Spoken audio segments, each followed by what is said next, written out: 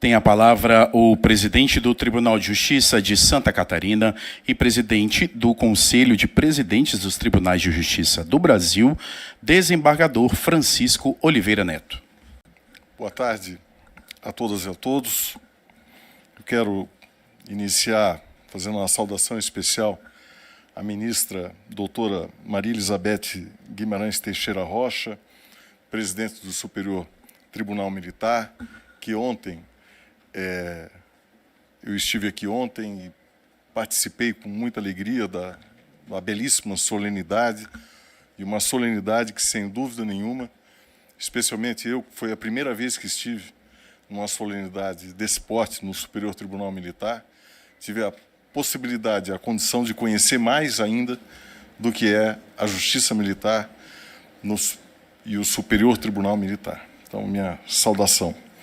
Também estendo a saudação da ministra, na pessoa também do ministro Tenente Brigadeiro do Ar, Francisco Juseli Parente Camelo, que ocupou a presidência. Parabéns pela gestão também e parabéns pelo que tem à frente agora junto à vice-presidência e à corregedoria e os senhores ministros aqui presentes. Quero também saudar especialmente a doutora, minha querida amiga, conselheira do Conselho Nacional de Justiça, Renata Gil Alcântara, que eu falo com muita alegria, tranquilidade, uma querida amiga que eu conheci, que eu acompanho e que tem um papel transformador, ela sabe disso, né? A Renata, ela não se contenta em exercer a função dela falando, ela se contenta só se ela operar a transformação, se ela vivenciar aquilo e operar a transformação. E assim tem feito, e assim tem sido nessa magnífica trajetória de magistrada, de mulher, de presidente da Associação dos Magistrados Brasileiros e agora no Conselho Nacional de Justiça. Saúdo também as demais autoridades aqui presentes que acompanham na mesa, a Coronel Ana Paula, comandante da Polícia Militar, os secretárias Gisele, Marcela, secretário Sandro Avelar também, parabenizar a todas e a todos. Vou pedir licença para fazer uma saudação especial, 3 saudações especiais aqui na plateia, o presidente do Tribunal de Justiça do Maranhão, desembargador Freud Sobrinho, que nos acompanha aqui também, a vice-presidente do nosso Tribunal de Justiça, a desembargadora Janice Ubiali, do Tribunal de Justiça de Santa Catarina, e minha esposa Fernanda, que transforma os convites da Renata em convocação, porque a Renata, quando me chama para alguma coisa, ela já nem liga para mim, ela liga direto para a Fernanda, que pega e diz, ó, a Renata ligou, você tem que ir. Opa, então ela transforma em convocação.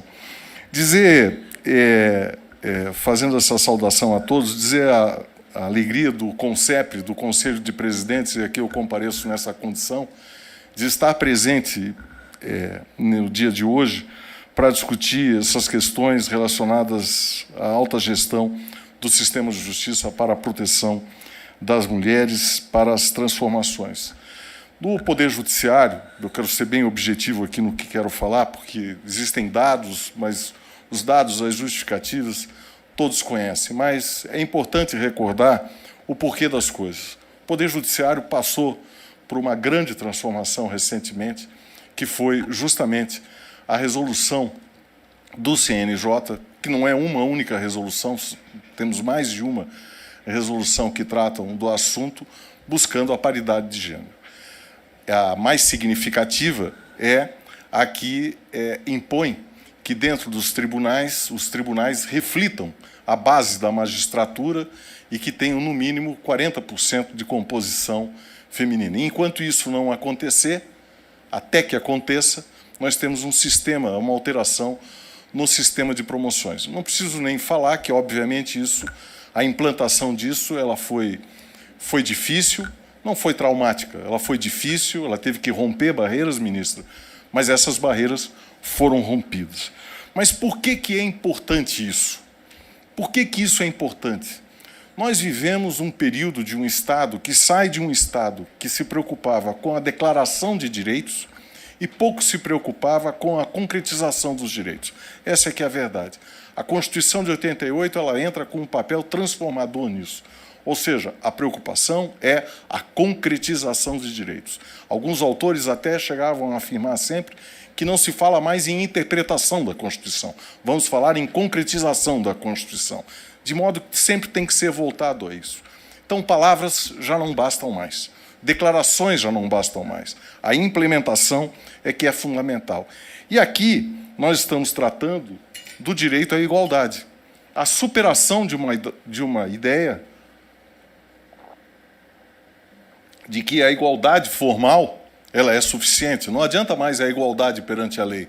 A igualdade perante a lei ela não é a igualdade plena. A igualdade plena só acontece com a igualdade material. E para que se tenha igualdade material, nós temos que transformar efetivamente a realidade. E essa realidade, ela se transforma apenas, como se fosse pouco, mas apenas para ter igualdade material? Não. Porque as instituições têm que refletir a realidade do que é a sociedade. O Estado não existe por si e para si. Já superamos há muito a compreensão de que um Estado ele não depende da existência da sociedade. O Estado depende, o Estado é a criação, é resultado de um processo civilizatório. A construção do Estado ele tem que refletir a sociedade. Se a sociedade é formada por pessoas, esses grupos eles têm que se refletir na formação do Estado. E essa é a grande transformação pela qual passa o Poder Judiciário. O Conselho de Presidentes, que reúne os 27 presidentes de tribunais de justiça, que sempre é bom lembrar, a Renata, sempre conversava até há pouco com a Renata sobre isso, nós não somos uma associação. Nós não somos uma associação. Nós somos gestores. Nós administramos uma parcela do poder do Estado. E nessa condição, é nossa obrigação seguir à risca as determinações constitucionais, legais, existentes no nosso país. Somos obrigados, e digo isso com muito orgulho e com muita força, a um dever de verticalidade em relação ao Conselho Nacional de Justiça, por exemplo. O que sai do Conselho Nacional de Justiça, para nós, é uma determinação. E dentro dessa concepção de determinação, nós temos o direito à tribuna no Conselho Nacional de Justiça. Nós somos chamados a debater a construção das políticas.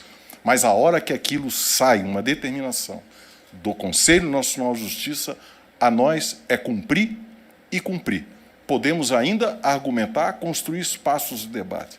De modo que as resoluções que determinam questões relacionadas à paridade dentro do Judiciário, hoje provocam uma verdadeira transformação no Poder Judiciário, acertada até que nós tenhamos condições de olhar e dizer, bom, agora sim, agora o Poder Judiciário reflete a construção social existente. Dentro dessa concepção é que o Conselho de Presidentes de Tribunais de Justiça, e aqui mais uma vez, e com testemunho, meu querido amigo Frois Sobrinho, que está aqui, presidente do Tribunal de Justiça do Maranhão, participou dessa construção.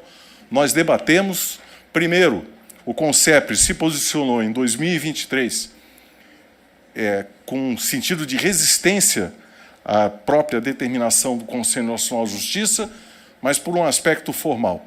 Superado o aspecto formal, no encontro na Carta do Rio de Janeiro, nós fizemos a afirmação categórica de que os tribunais de justiça estão trabalhando pela implementação das resoluções no que diz respeito a isso. Depois, no outro encontro que tivemos na Paraíba, mais uma vez o fizemos.